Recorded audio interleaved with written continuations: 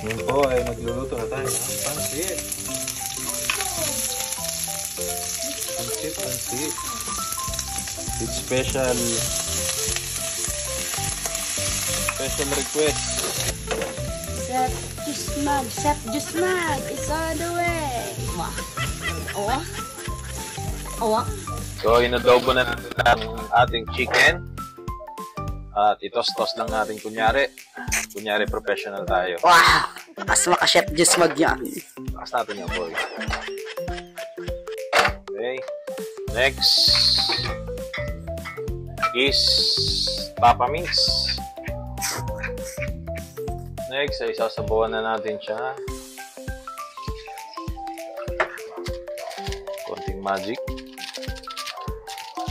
Hindi masyadong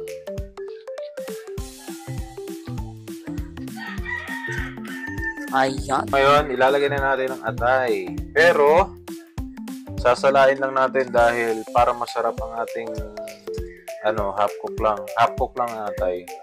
Yun, so babandian lang natin siya. Ang importante kasi dito, makuha natin yung katas ng atay, lumasa sa sabaw.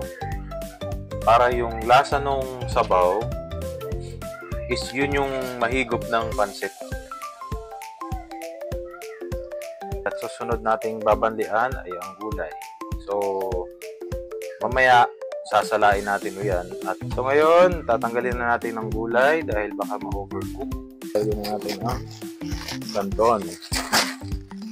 Egg noodles po ang gamit natin para masarap siya. Kasi yung ibang pansit ay hindi masarap.